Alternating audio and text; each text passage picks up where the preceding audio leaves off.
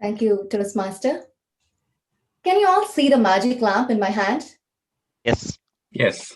I found this yesterday in my garden. Since then, I have been rubbing it, hoping to see a genie magically appear in front of me and guide me just the way he did to Aladdin. But I don't see any genie. Why do I need this when I have real genies in my life? Do you all know that genie is also a synonym for the word mentor?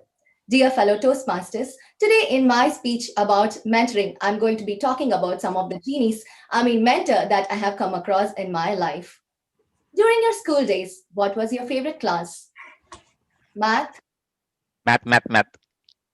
But math and me had some problems, and science was not easy as pie for me. So, what was my favorite class? art class. In real life, when we don't even have the power to watch our favorite TV channel, art gives unlimited power. You can make the fish fly, eagle swim, all are correct. Like Bob Ross says, there are no mistakes, just happy accidents. My art teacher, even though she was teaching a class of 40, she paid special attention to me.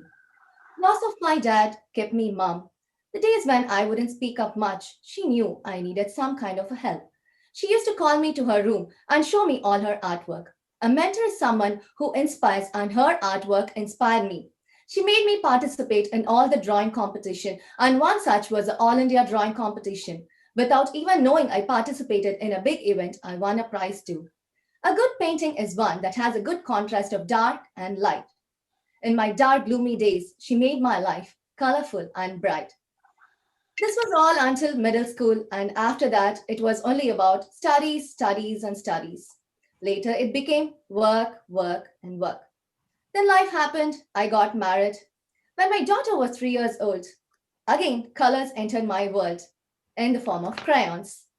Me and my daughter used to do some classic art, like that of Dora and Mickey Mouse. Trust me, they are complicated.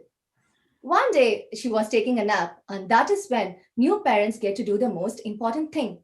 What is that? Checking Facebook. I was going through my Facebook post, and that is when I saw this event called Paint Night that was going to happen in Bellevue. I signed up for it just to get a break from the daily routine of changing diapers and babysitting.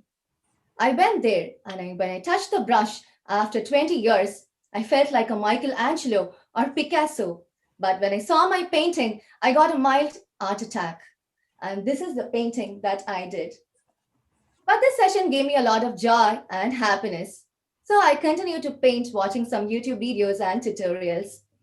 And this went on for about 2 to 3 years, and these are some of the paintings that I did during that time. Sometimes I used to be painting for 2 or 3 weeks continuously, but sometimes I wouldn't touch the paintbrush for 2 months or so. I was not motivated, and I knew I needed some kind of a motivation. There is a quote that says, when the student is ready, the teacher appears. And that is when exactly I saw this Facebook post that said, I'm going to be teaching online pencil sketching. Those interested can give your names in the comment box. This was posted by Mr. Suresh, whom I came to know when we met for a concert here and organized by our Seattle Tamil Sangam. He is a pencil artist too. I gave my name without much hopes because he was in New Jersey. But to my surprise, I was chosen as his student.